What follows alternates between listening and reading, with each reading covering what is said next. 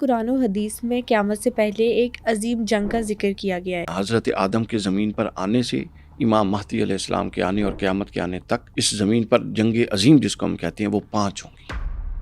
آرمگیڈون کے بارے میں کہا جاتا ہے کہ انسانیت کی سب سے بروٹل جنگ ہوگی۔ لیکن حضور نے فرمایا، آپ دیکھیں کتنا عرصہ پہلے کی بات، حضور نے بیت المقدس کا آباد ہونا اس جنگ کی شروعات ہوگی۔ آرمگیڈون کے درمیان ہی کیا امام مہدی علیہ السلام کا ظہور ہو جائے گا، اس کے بعد ہوگا؟ اس کا جو باقاعدہ آغاز ہے وہ رمضان کے درمیانی شب میں ہوگا، نصف رمضان۔ یورپ کی آرمی ہوگی اور جو مسلمان آرمی ہوگی وہ شام کے مقام پر آمنے سامنے ہوگی۔ امام ابن حبان بیان کرتے ہیں، وہب ابن منبہ کہ جزیرۃ العرب اس وقت تک خراب نہیں ہوگا جب تک مصر تباہ نہیں ہو جائے گا، اور جنگ عظیم اس وقت تک نہیں ہوگی جب تک کوفہ بھی خراب نہیں ہو جائے گا۔ لشکر سفیانی کا یہ انجام ہوگا کیوں؟ اگر کوئی حاملہ عورت ہوگی تو یہ اس کا پیٹ چاک کر کے اس کا بچہ نکالیں گے اور وہ نیزے پہ لٹکا دیں گے۔ حضور نے فرمایا کہ ایک میری امت کا گروہ ہندوستان میں حق کا کلمہ بلند کرے گا آخری دور میں۔ قرآن و حدیث میں قیامت سے پہلے ایک جنگ عظیم یعنی آرمگیڈون کا ذکر ہمیں ملتا ہے۔ اس جنگ کا آغاز دنیا کے کس علاقے سے ہوگا؟ کیا اسی جنگ عظیم کے دوران امام مہدی علیہ السلام کا ظہور ہوگا؟ لشکر سفیانی کون ہوگا اور ان کا کیا انجام ہوگا؟ یہ سب باتیں جاننے کے لیے آج کے ایپیسوڈ کو اینڈ تک ضرور دیکھیں۔ السلام علیکم سر، ویلکم ٹو سنو پوڈ کاسٹ سپر نیچرل۔ کیسے ہیں آپ؟ وعلیکم السلام، اللہ کا شکر، الحمدللہ۔ سر مجھے یہ بتائے گا کہ قرآن و حدیث میں قیامت سے پہلے ایک عظیم جنگ کا ذکر کیا گیا ہے۔ یہ جنگ جو ہے یہ کون سی ہوگی جو موجودہ صورتحال ہم دیکھ رہے ہیں؟ یہ جو چھوٹی چھوٹی جنگیں ہیں یہ کیا اسی بڑی جنگ کی طرف جا رہی ہیں؟ بسم اللہ الرحمن الرحیم، بہت شکریہ۔ دیکھیے، ہمارے ہاں ایک بہت بڑا پرابلم یہ ہے کہ ہم کسی پورے سینیریو میں سے کوئی ایک چیز کو پک کرتے ہیں اور اس کو پبلکلی پروپوگیٹ کر کے پورا کانسیپٹ بلٹ اپ کر دیتے ہیں۔ یہ چیز جو آپ نے سوال پوچھا یہ بھی انہی میں سے ہے۔ اصل کیا ہے میں پورا اس کا بتا دیتا ہوں۔ یہ کتاب الفتن میں امام ابو نعیم بن حماد نے بیان کیا، حدیث پاک حضور نے فرمایا کہ کل 5 جنگیں ہوں گی، صلی اللہ علیہ وسلم، کل 5 جنگیں ہوں گی۔ حضرت آدم کے زمین پر آنے سے امام مہدی علیہ السلام کے آنے اور قیامت کے آنے تک اس زمین پر جنگ عظیم جس کو ہم کہتے ہیں وہ 5 ہوں گی۔ اور پھر حضور نے فرمایا 2 تم سے آنے سے پہلے ہو چکی ہیں، اچھا، اور 2 تمہارے بعد ہوں گی، 3 تمہارے بعد ہوں گی۔ اب وہ 3 کون سی ہوں گی؟ فرمایا بالکل واضح حدیث کے لفظ میں فرمایا، ایک وہ جنگ ہوگی جو ترک کریں گے، ٹھیک ہے، جس کی بیس یہ آپ ترک اور یہ پورا یہ موجودہ ترکیہ اس سے مراد نہیں ہے، اس کو یہ جو پرانی سلطنت تھی نا ترک کی، کتنی بڑی وسیع تھی، ایک یہاں سے اٹھے گی، دوسری رومیوں سے جنگ ہوگی، صحیح، اہل روم سے، اور تیسری دجال سے جنگ ہوگی۔ ان 3 کو جنگ عظیم کہا جاتا ہے۔ اچھا، یہ جو ایپیسوڈز ہو رہے ہیں جن کا آپ نے ذکر کیا، یہ اس کے آپ پری ریکوزٹ سمجھ لیں، یہ اس کی ابتدائیہ سمجھ لیں۔ ہمیشہ آپ دیکھیں کوئی بھی بڑی جنگ اچانک تو نہیں نا شروع ہو جاتی۔ وہ اب جو 2 جنگیں ہوئیں، 1914 میں ایک جنگ ہوئی، ایک 1939 میں ہوئی۔ 1914 میں جو جنگ ہوئی تو آپ دیکھیں 100 سال سے زائد اس کے اثرات چلتے چلتے بالآخر وہ جنگ ہوئی، اور پھر 1914 کے بعد آگے 25 سے 30 سال چلتے چلتے دوسری جنگ کی طرف گئے۔ تو یہ جتنے واقعات ہو رہے ہیں یہ اس بڑی جنگ کی پیش بینی ہے، یہ اس بڑی جنگ کے اشارے ہیں اور اس بڑی جنگ کا ماحول سازی ہے جو ہو رہا ہے۔ اور یہ اس حوالے سے ہمیں بالکل آگاہ کیا گیا تھا۔ بہت ساری چیزیں ہیں، بہت ساری مثالیں دی گئیں۔ حضور نے فرمایا کہ مدینہ سے ایک آگ نکلے گی، صلی اللہ علیہ وسلم، اور آپ نے فرمایا کہ شام اور دمشق میں لوگ اس آگ کی روشنی میں اپنے اونٹوں کی گردنیں دیکھیں گے۔ اچھا، اب یہ حدیث ہے، میں نے جب یہ پڑھی تو بڑا پریشان ہوا کہ یہ کب نکلے گی۔ آپ اندازہ کیجئے، ابن کثیر نے اس حدیث کی شرح میں لکھا ہوا ہے کہ یہ آگ نکل چکی ہے۔ اچھا، یعنی کہ سینیریو ہو چکا ہے، یہ ہو چکا ہے۔ وہ فرماتے ہیں کہ یہ اتنی شدید آگ تھی حتیٰ کہ یہ مدینہ کے گرد و نواح کو اس نے سارے کو لپیٹ میں لے لیا۔ ایک پتھر تھا، بہت بڑا پتھر، جس طرح آپ نے احد پہاڑ دیکھا ہے کتنا بڑا ہے، کئی میل تک چلتا ہے، وہ ایک بہت بڑا پتھر تھا جس کا آدھا حصہ حرم مدینہ کے اندر تھا اور آدھا باہر تھا۔ وہ کہتے ہیں ہمیں عینی شاہدین نے بتایا کہ اس آگ نے ہر اس شے کو جلا دیا جو مدینہ سے باہر تھی، حتیٰ کہ وہ پتھر آدھا جل گیا جو مدینہ سے باہر والا حصہ تھا اور آدھا بچ گیا جو اندر والا تھا۔ تو یوں بہت ساری چیزیں ہیں وہ پوری ہو چکی ہیں۔ اب ہم اس کے اگلے حصے کی طرف چلتے ہیں، اس سے اگلا، اور وہ حصہ بڑا امپورٹنٹ ہے، اس سے اگلا حصہ، اور وہ حصہ کیا ہے؟ وہ یہ جو جنگ عظیم ہے جس کی طرف ہم نے سوال میں ایڈریس کرنا ہے، وہ حضور نے فرمایا، حضرت معاذ بن جبل رضی اللہ تعالیٰ عنہ سے روایت ہے، حضور صلی اللہ علیہ وسلم نے فرمایا، یہ مسند احمد اور ابو داؤد کی حدیث ہے، حضور نے فرمایا کہ یہ 4 مراحل میں جنگ واقع ہوگی. اب یہاں سے ہم اپنے موضوع پر آ گئے. فرمایا کہ اس جنگ عظیم جو ہمیں درپیش ہے، اس کا آغاز پتہ کہاں سے ہوگا؟ بیت المقدس سے ہوگا. اچھا، اس جنگ عظیم کی جس کی ہم بات کر رہے ہیں، یہ ملحمۃ الکبریٰ یعنی آرمگیڈون کی بات کریں ہم. بالکل یہ وہی ہے، اس کے علاوہ کوئی اس کے اور چانس نہیں ہے. جتنی بھی جائیں، یہ آپ کہہ سکتے ہیں کہ یہ جو ابھی اٹیمپٹس ہو رہی ہیں، یہ بالآخر اس ملحمۃ الکبریٰ کی طرف آپ کو لے کر جانے والا. اور آرمگیڈون کے بارے میں کہا جاتا ہے کہ انسانیت کی سب سے جو ہے بروٹل جنگ ہوگی، سب سے تباہ کن اور سب سے جس کو آپ کہہ لیں بربریت، اردو میں اس کا لفظ یہ ہے، وہ جنگ ہوگی. اب یہ اس کے 4 مراحل حضور علیہ الصلوۃ والسلام صلی اللہ علیہ وسلم نے بیان فرمائے. آپ نے فرمایا کہ بیت المقدس کا آباد ہونا، ہمیشہ جنگ کیا ہوتی ہے؟ کسی شہر کا تباہ و برباد ہونا، ویران ہونا، وہاں سے جنگ کا آغاز ہوتا ہے. لیکن حضور نے فرمایا، آپ دیکھیں کتنا عرصہ پہلے کی بات، حضور نے بیت المقدس کا آباد ہونا، اس جنگ کی شروعات ہوگی.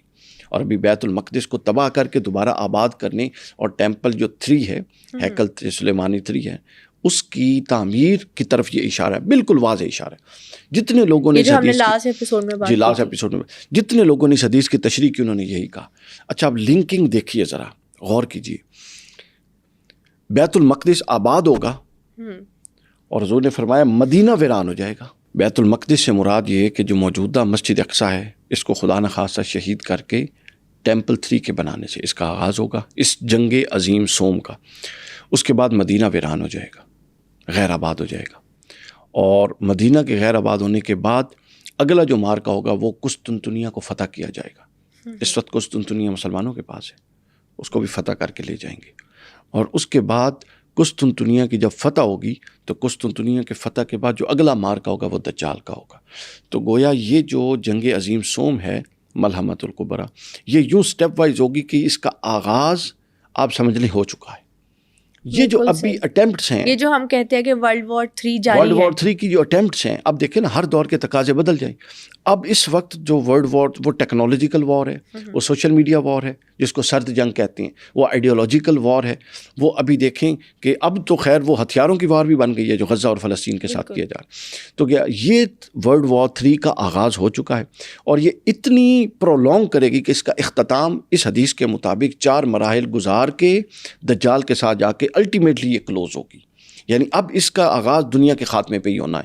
یعنی اس کے درمیان اب امن کا کوئی، کسی کے ہاں امن موجود نہیں ہے.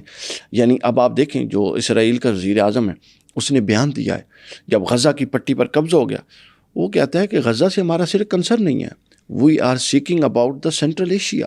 ہم تو پورے مڈل ایسٹ اور اس سارے کو دیکھ رہے ہیں، ہم ان کا نقشہ بدلنا چاہتے ہیں. تو یہ ارادے بتاتے ہیں کہ یہ بات ختم ہونے والی نہیں ہے. اچھا، اب جو حدیث میں ہے بیت المقدس کی آبادی سے کیا مراد ہے؟ علماء نے واضح لکھا، اس سے مراد یہودیوں کا وہاں زور پکڑنا ہے، قوت پکڑنا ہے. جو یہودیوں کی بیت المقدس اور فلسطین میں ایکسٹینشن ہوگی، تو آپ ملحمۃ الکبریٰ کی طرف تیزی کے ساتھ چلتے جائیں گے. یعنی گریٹر اسرائیل کی طرف اشارہ ہے. گریٹر اسرائیل بنیاد ہے اس کی. اچھا، اس کے بعد آپ دیکھیں نا، وہ بڑے سمجھدار لوگ ہیں، وہ صرف گریٹر اسرائیل اپنے اس علاقے پر قبضہ نہیں کر رہے، بلکہ انہوں نے پہلے اپنے آپ کو اکنامکلی اور ٹیکنالوجیکلی اتنا اسٹرانگ کر لیا کہ پوری دنیا ان کے ہاتھ میں، بالکل انفلوئنس ہے ان کا. اس کے بعد وہ گریٹر اسرائیل کی طرف جا رہی ہیں. اس کو کہتے ہیں تیاری. یہ مسلمانوں کا ورثہ تھا کہ آپ پلان کے ساتھ چلیں اور اس کے بعد آگے ایکسپینڈ کریں. جب سے ہماری قیادت مذہبی جذباتی ہو گئی اور وہ سوچے سمجھے بغیر جہاد کے فتوے اور یہ معاملات اور الٹا مروانے لگے اپنے لوگوں کو، وہاں سے معاملات ڈی ٹریک ہو گئے. اچھا، دوسری چیز جو ہے کہ جب بیت المقدس پر قبضہ ہو جائے گا یہودیوں کا، تو وہ بیت المقدس پر نہیں رکیں گے. یہ حدیث کا دوسرا اشارہ ہے.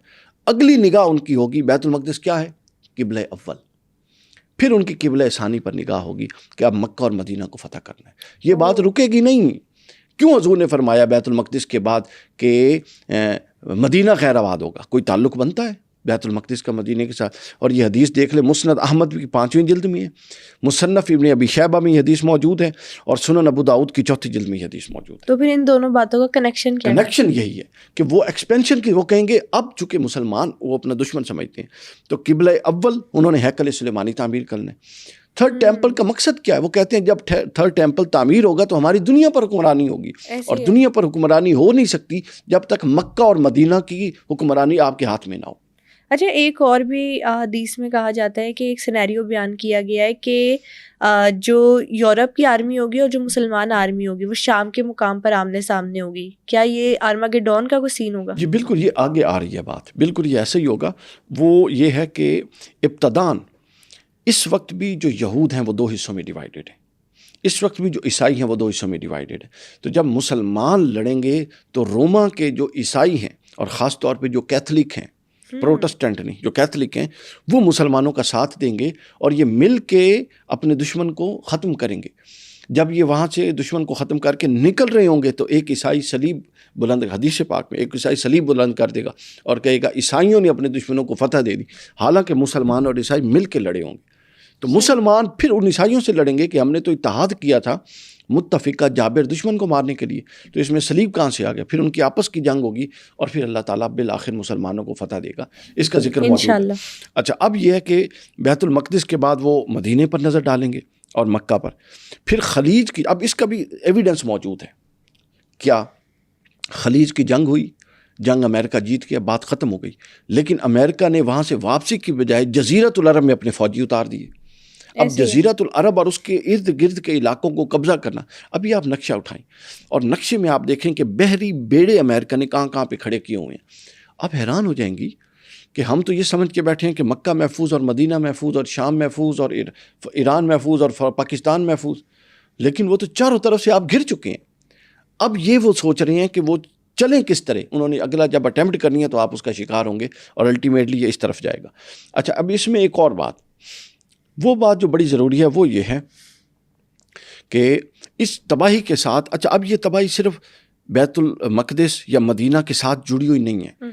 وہب بن منبہ کی ایک حدیث ہے جس کو السنن الواردہ فی الفتن کے اندر بیان کیا گیا، اور وہ حدیث بڑی اس حوالے سے لرزہ خیز ہے.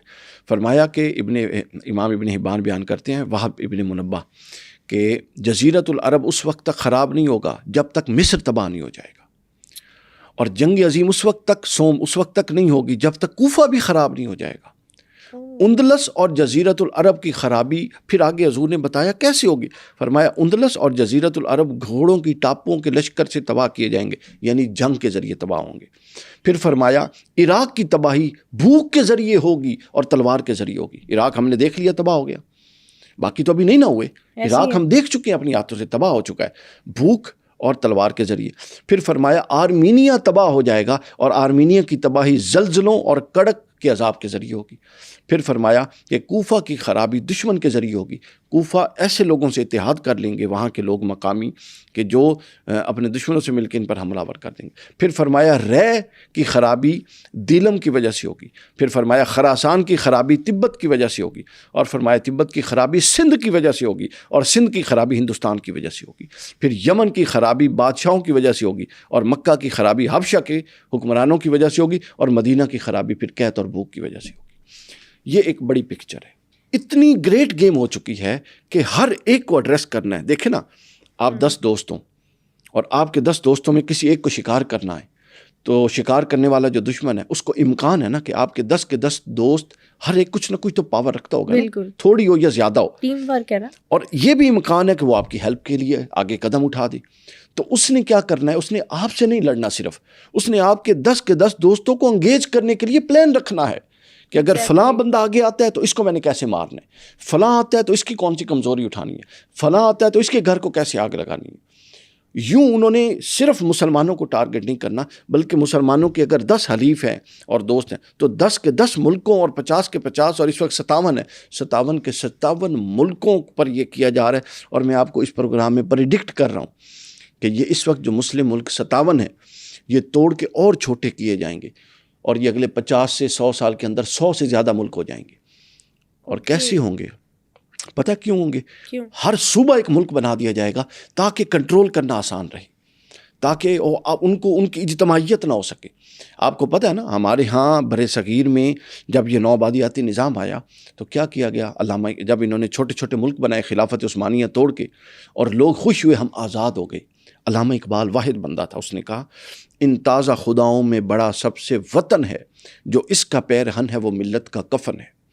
یہ جو وطن کا لباس ہے یہ ملت کا کفن تیار کیا جا رہا ہے. اب افغانستان میں کوئی مرتا ہے ہم کہتے ہیں ہم تو پاکستانی آزاد ہیں ہمیں کیا ہے. اب فلسطین میں مر رہا ہے. یعنی انہوں نے وہ جو امت کا درد تھا نا جس کو اقبال نے کہا تھا کہ چبھے کانٹا جو کابل میں، اخوت اس کو کہتے ہیں، چبھے کانٹا جو کابل میں، تو ہندوستان کا ہر پیر و جواں بےتاب ہو جائے. مسلمان ایک جسم کی مانند، ایک جسم کے. لیکن اب وہ نہیں ہوتا. کیوں؟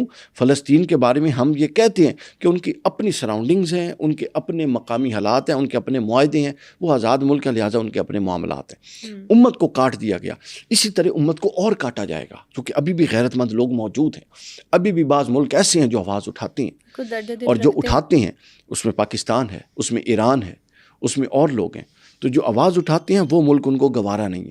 انہوں نے ان ملکوں کو اور توڑنا ہے. ایران آواز اٹھا رہا ہے، کیا ایران گوارا ہے؟ ان کو نہیں گوارا. پھر اس کے لیے یہ کیا کرتے ہیں؟ یہ اندر سے لوگوں کو خریدتے ہیں.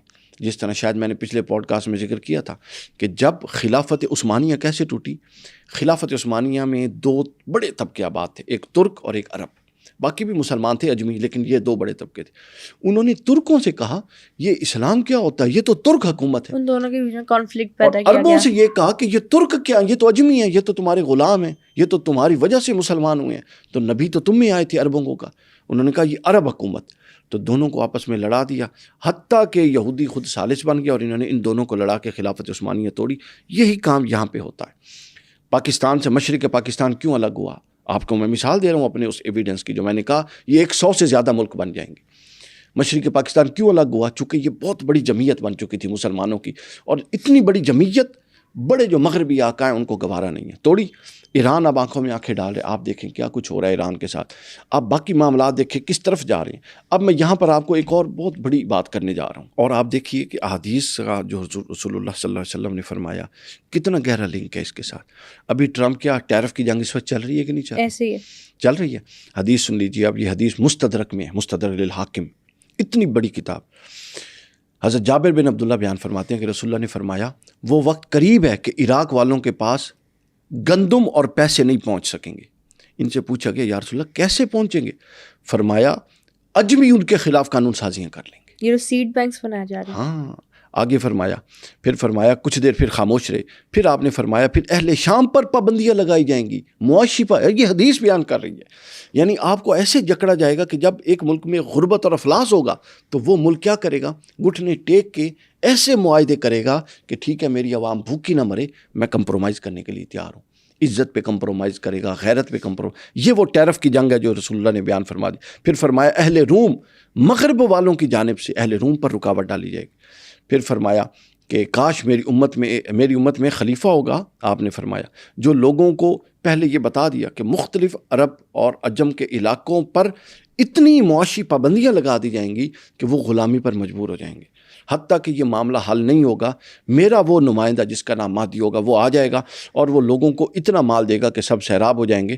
پھر اس کے بعد اگلا معاملہ آتا ہے. یہ بھی ایک سوال آتا ہے نا کہ آرمگیڈون کے درمیان ہی کیا امام مہدی علیہ السلام کا ظہور ہو جائے گا، اس کے بعد ہوگا؟ نہیں، اس کے بعد ہوگا. نہیں، یہ اسی کا حصہ ہوگا کیونکہ جو اس کا آخری فیز ہے وہ امام مہدی نہیں آ کے کرنا ہے. اوکے. اچھا اب دیکھیں سنن الواردہ فی الفتن میں حدیث ہے. حضرت کعب بیان فرماتے ہیں کہ حضور علیہ الصلوۃ والسلام نے فرمایا کہ مشرقی سمندر دور ہو جائے گا. آپ اندازہ کر لیں، مشرقی سمندر دور ہو جائے گا اور اس میں کوئی کشتی نہ چل سکے گی، حتیٰ کہ ایک بستی والے دوسری بستی میں نہ جا سکیں گے.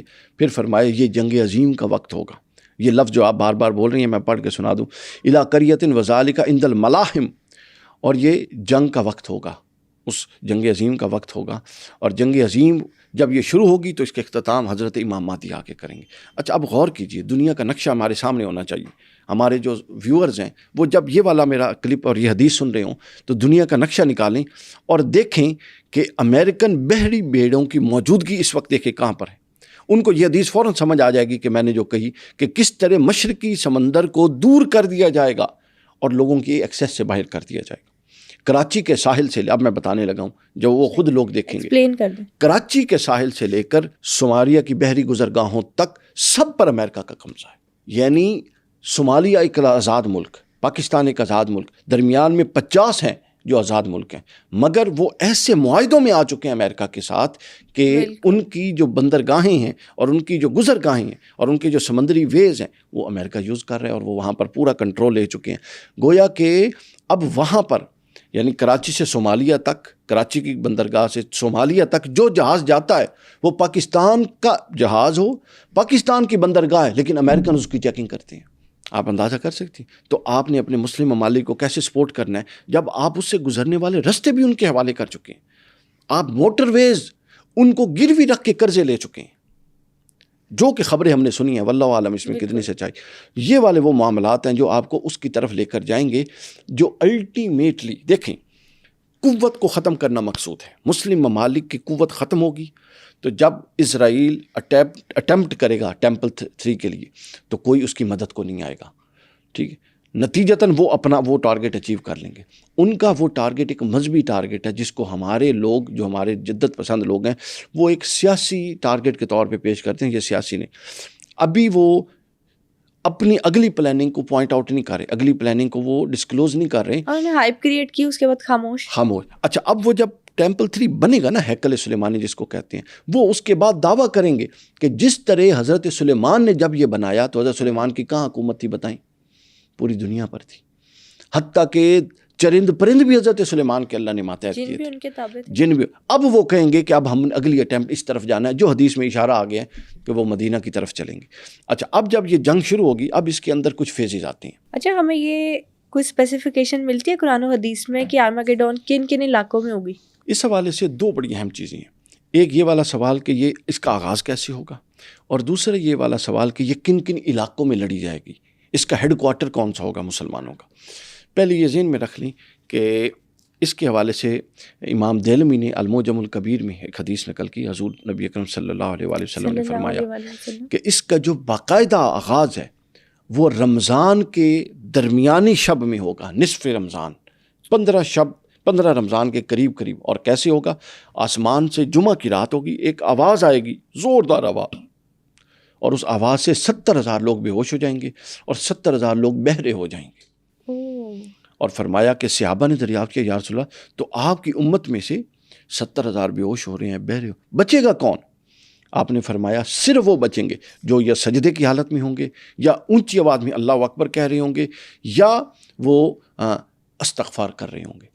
اچھا، اس کا مطلب یہ نہیں ہے کہ وہ ایکچولی سجدے میں ہوں گے یا استغفار. اس کا مطلب یہ ہے کہ جو اللہ اور اس کے رسول کا قانون ہے وہ اس کو لے کر کھڑے ہوں گے اور وہ حق کے ساتھ باطل سے ٹکرانے کے لیے تیار ہوں گے.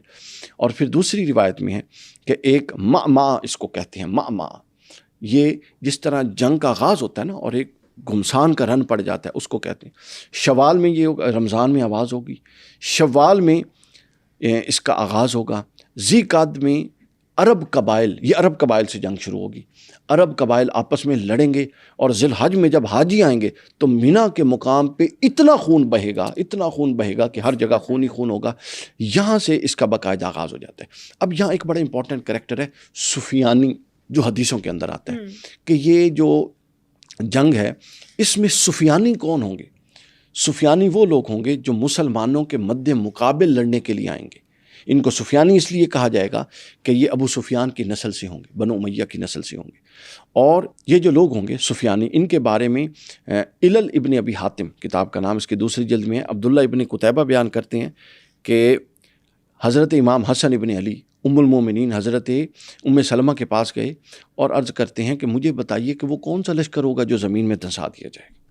تو ام سلمہ رضی اللہ تعالیٰ عنہ نے بتایا کہ میں نے رسول اللہ کو سنا، فرما رہے تھے وہ سفیانی لشکر ہوگا اور اس کا خروج شام سے ہوگا.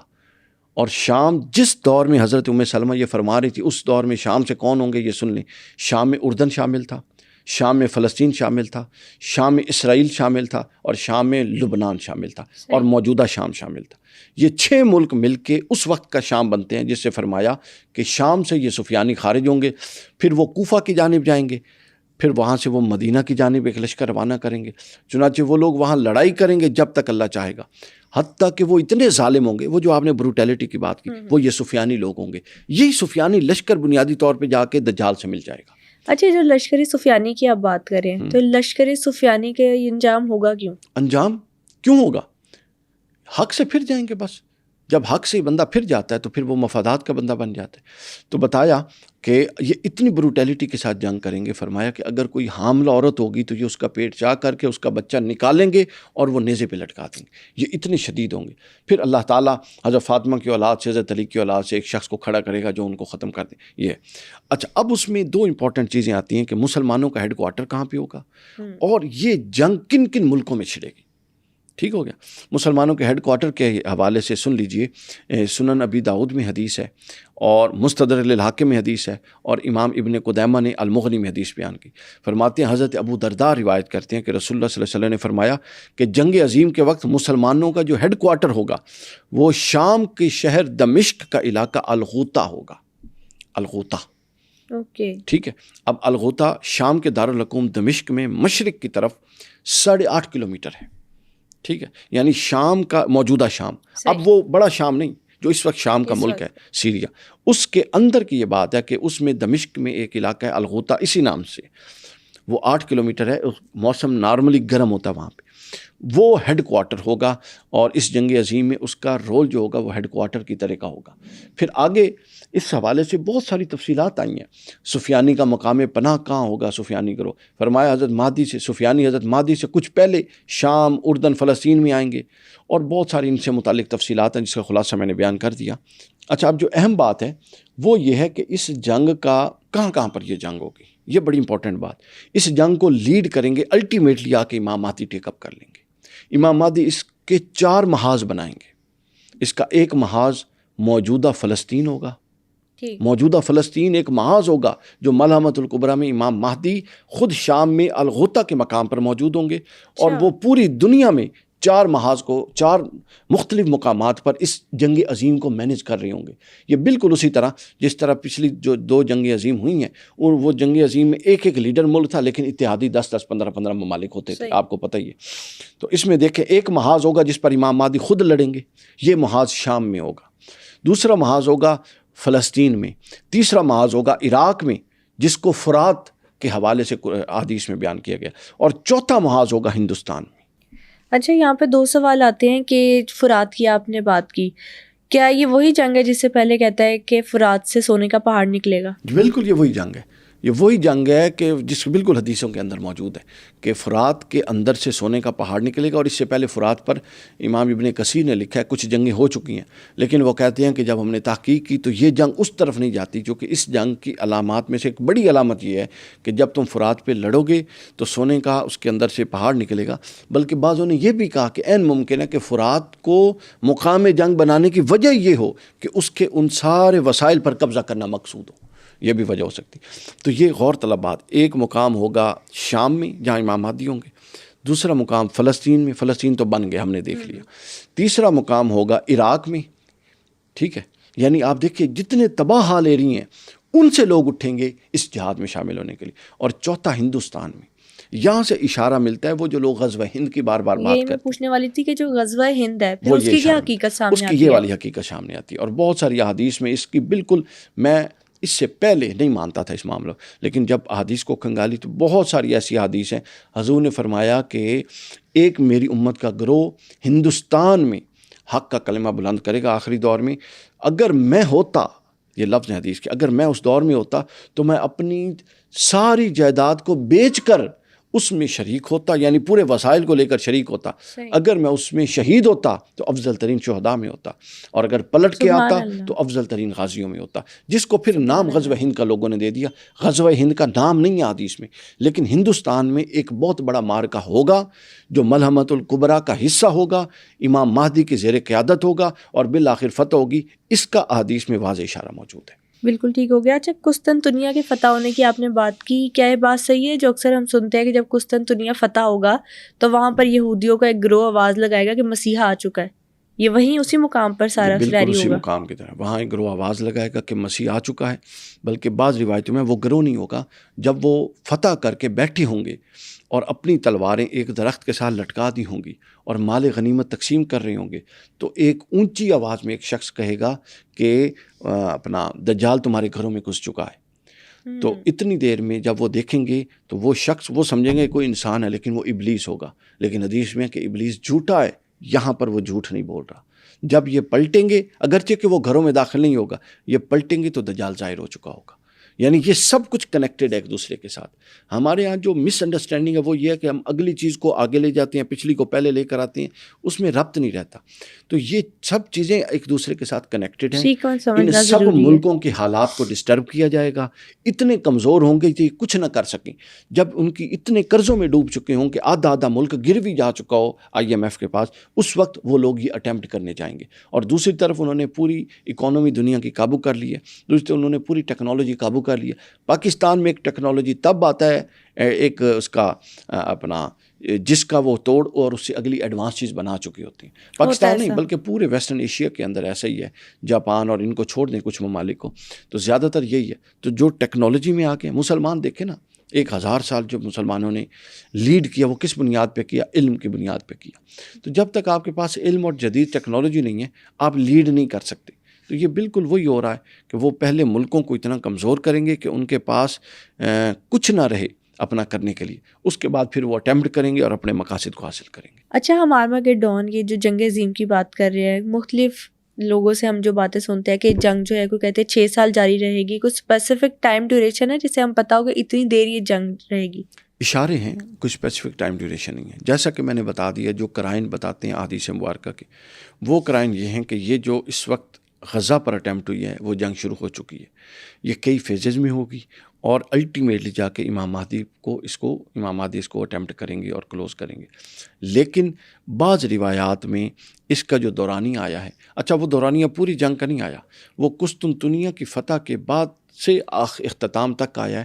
وہ 2 روایات ہیں. ایک روایت ہے 7 ماہ کی، اور دوسرے محدثین نے کہا کہ سننے والے کو غلطی ہوئی ہے، 7 ماہ نہیں 7 سال ہے. اچھا. امام ابن حجر اسقلانی نے فتح الباری میں اس کی تحقیق بیان کی کہ وہ دورانیہ 7 سال کا ہے. لیکن یہ ایک فیز کا دورانیہ ایکچولی، لیکن اس پوری جنگ کا دورانیہ کہیں بیان نہیں ہوا. البتہ اشارے بہت بیان ہوئے ہیں. اس میں ایک اور اشارہ میں آپ کو بتاؤں، شعب الایمان میں حدیث ہے اور المعجم الکبیر میں حدیث کہ یہ ختم کا، یہ اس کا بالکل پیٹ آغاز کب ہوگا. اگر آپ نے یہ دیکھنا تو حضور علیہ الصلوۃ والسلام نے فرمایا کہ آپ نے فرمایا کہ اسلام کی کڑیاں ٹوٹنے لگ جائیں گی. زنجیر نہیں ہوتی، کڑیاں بنی ہوتی ہیں نا، تو ہر زنجیر کی کڑی دوسری کو مضبوط کرتی ہے. تو حضور نے فرمایا اسلام کی کڑیاں ٹوٹنے لگ جائیں گی، حتیٰ کہ سب سے پہلے جو کڑی ٹوٹے گی وہ مسلمان حکومتوں کا عدل اور ان کے اپنے ممالک پر گرفت ہوگی، یہ ٹوٹ جائے گی. اور سب سے آخر میں جو کڑی ٹوٹے گی وہ نماز ہوگی. دیکھیں اب کتنی نماز، یہ نشانیوں میں سے اب دیکھیں نماز کوئی نہیں، کہیں نہیں بند ہوئی، لیکن کوئی مسلم حکومت ایسی نہیں ہے جو اپنی پوری ولک اور قوت کے ساتھ کھڑی ہو. ہر کوئی ایک دوسرے کے ساتھ بندھا ہوا ہے اور مفادات کی جنگ میں. تو لہٰذا اس طرف ہم بہرحال چل چکے ہیں، کوئی مانے یا نہ مانے. معاملات اب واپس پلٹنے والے نہیں ہیں، ٹھیک ہے نا. بہت ساری نشانیاں پوری ہو چکی ہیں. اب ہم منتظر ہیں کہ امام مہدی کب آتے ہیں اور یہ معاملات کب ہوتے ہیں، اور دعا گو ہیں. اور پھر ہر ملک کو دیکھیں نا، اب یہ ایک اعلان کر دیتا ہے محکمہ موسمیات فلاں علاقے میں سیلاب آ رہے ہیں، تو کیا علاقہ 2 دنوں میں خالی نہیں ہو جاتا بلکہ چند گھنٹوں میں؟ تو ہمارے نبی جب یہ سارا بیان کر کے گئے صلی اللہ علیہ وسلم کہ یہ ہوگا، تو کوئی اس پر کان دھر کے اس کو کوئی حکمران لینے کے لیے تیار نہیں ہے. تو آپ نے کبھی غور کیا ہے کہ یہ حکمران مسلمان ہے، کافر تو نہیں؟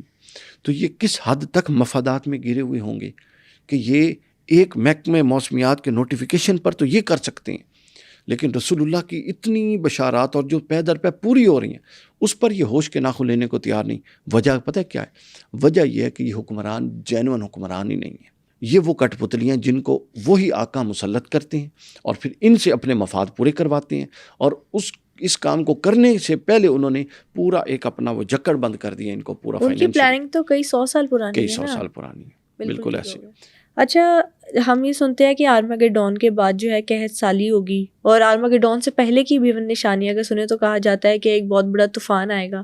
تو ایسے کوئی ہمیں روایات یا قرآن و حدیث میں ریفرنس ملتے ہیں؟ یہ وہی حضرت امام مہدی والے معاملات یہاں شروع ہو جاتے ہیں.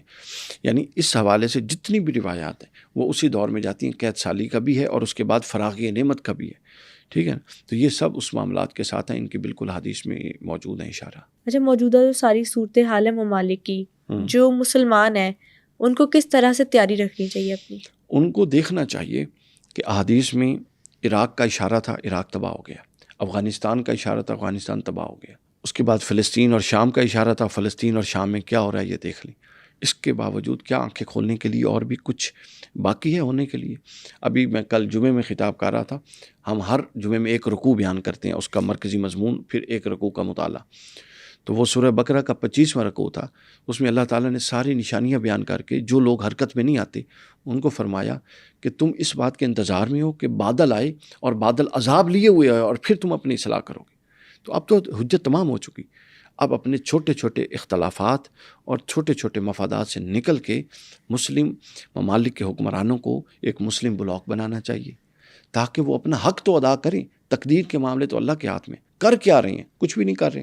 زیادہ سے زیادہ اگر کوئی کر رہا ہے تو اتنی بڑی جو نسل کشی ہو رہی ہے مسلمان، یہ جنگ نہیں ہے، یہ لڑائی نہیں ہے، یہ نسل کشی ہو رہی ہے، اس پر ایک مذمتی بیان آ جاتا ہے. کیا یہ ایک مسلمان، کیا حضرت عمر فاروق ایک مذمتی بیان دیا کرتے تھے؟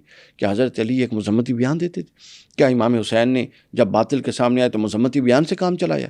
یا تو اپنے آپ کو ان بڑے لوگوں سے ناطہ توڑ دیں اور بتا دیں ہمارا ان سے لینا دینا نہیں ہے، اور اگر لینا دینا ہے تو پھر ان کی سیرت کو بھی دیکھیں.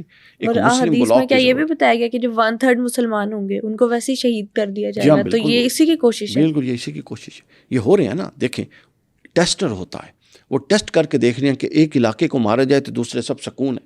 کوئی بھی یہ نہ سمجھے کہ وہ بچے گا. یہ اٹیمپٹس آگے بڑھتی جائیں گی اور ایک ایک ایک ایک کر کے وہ جن ملکوں کے گرد وہ گھیرا تنگ کر رہے ہیں، کچھ کو جلد اور کچھ کو بدیر، وہ اپنا نشانہ بنائیں گے اور یہ سب کچھ واضح ہے.